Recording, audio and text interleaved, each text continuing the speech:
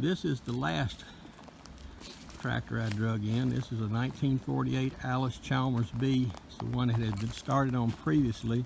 They took the engine off of it. We do have a starter now for it.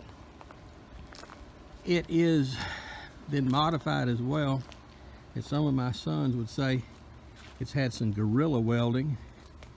It's had some interesting welding in that they did some rework on this lift. You know, evidently the hydraulics quit at some time and they built this hand lever or adapted it from something else to do the actual lifting of the rear implements.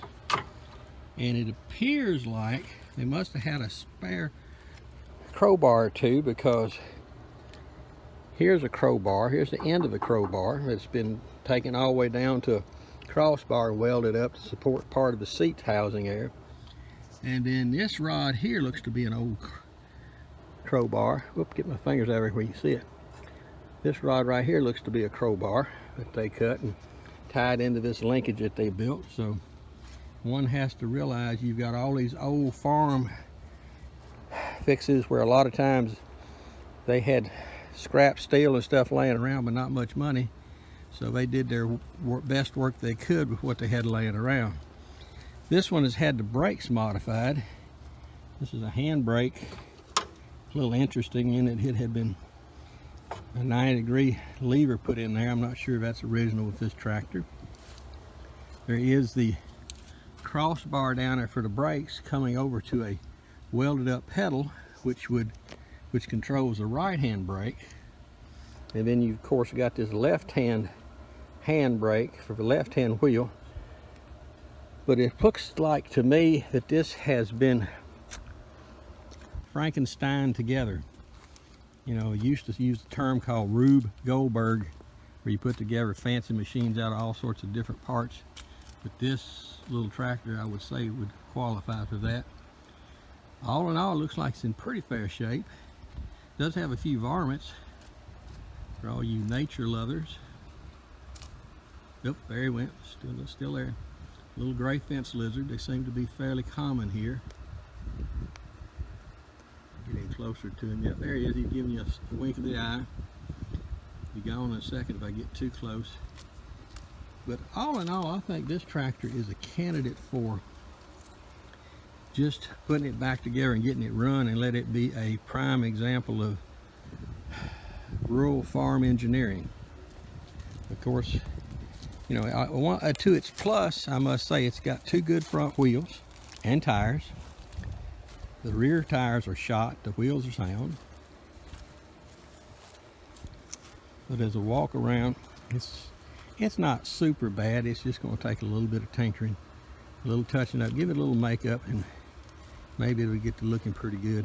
I don't plan to repaint this one, since I'm going to try to leave it as a tribute to rural farm engineering. Evidently the guy who had this, did all this welding, must have had a plethora of welding rods, because got two support arms here, one here. I can get to see my hand there. Got one coming down here. That one, there you go. That rod, and then the one on the other side. They both are welded back to a bracket that normally would take a bolt. But you folks probably would know better than me what we got there. But both sides have the same situation. He just welded it back. So, as my youngest son would say, some of these are guerrilla welds. But here we go. The wheels are intact, the hubs are good, the tires are shot. I've tried airing them up, they're not going to hold in the air. And they've already started cracking where they had set without airing them too long. So, but this is the 1948 Allis Chalmers B. And this is probably the best of the two that I'm going to be able to work with. Now we swing around. Here is the 1938 Allis Chalmers Thompson Machinery modified cane tractor. It is a B as well. And Thompson Machinery had an agreement with Allis Chalmers whereby they would have the tractor shipped to Thibodaux, Louisiana, And Thompson Machinery would put new hubs on the rear and new tires, and it'd be bigger tires and bigger hubs and bigger rims. And they did the same on the front, but the front end of the tractor there was no front end to it, no axle, when it was shipped to Thibodaux.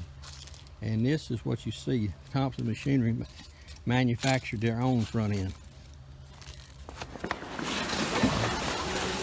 Lift this tarp back and see how many black widows I found. Last time I did this, I found 4 or 5 black widows. This one is still sitting with where I bought it from a gentleman. He filled it with transmission fluid and acetone and letting it sit, so it's still setting. This had a alternator on it instead of a generator. Both of them did, if I remember correctly. But this one is probably the worst shape of the two, rust outs and all, and it too has been modified in many ways. Again, the rear tires on this one are shot, going to have to be replaced. The rims and the hubs are good, but the tires are just gone. They modified this one to make a 3-point hitch out of it, and there's the arms of the 3-point hitch, and of course there's the tension bar connection. And this is another one of these farm engineering deals. On this one they were relying on the hydraulics, built-in hydraulics, which both these tractors have from the Allis Chalmers B. And this one was using a little hydraulic ram back there to raise things up and down. As heavy built as these arms are, they must have been lifting some pretty heavy stuff. So there is the drawbar has been reversed on this tractor in order to facilitate this hookup. And some of y'all say, look at that fender, and you'll tell me, I just needs a little bit of duct tape, maybe some JB weld, but that's going to be a little bit of major tack welding in with some more metal. Again, as I said, Thompson Machinery was responsible for doing the modification on this tractor.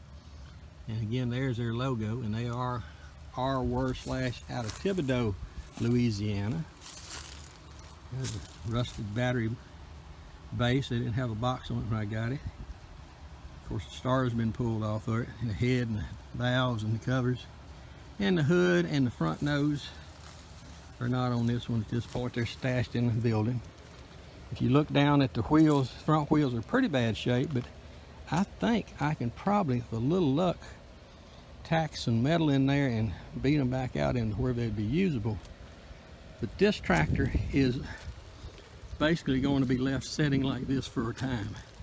It's a lot of a challenge. I don't think I'll be touching anytime soon.